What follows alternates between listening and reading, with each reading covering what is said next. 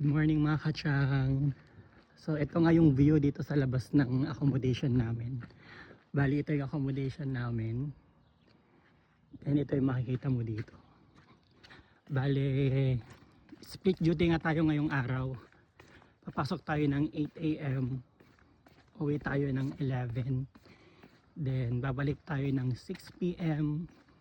Then uwi tayo ng 12. Bali 10 to 15 minutes lang yung nilalakad namin papasok sa work. And bali may mga naglalakad na doon. Yung mga housekeeping namin, mga Indonesian. Ayun. Ganda ng mga puno dito, ang daming bulaklak oh. Tapos ayan na yung dagat sa harapan namin.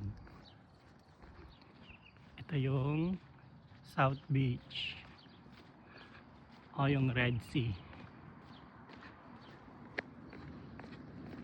Ayan.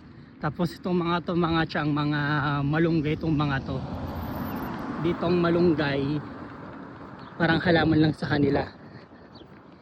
Ayan, lahat yan malunggay yan. Tapos ayun yung accommodation namin, maluwag. So yun lang mga katsang, ingat lagi, bye.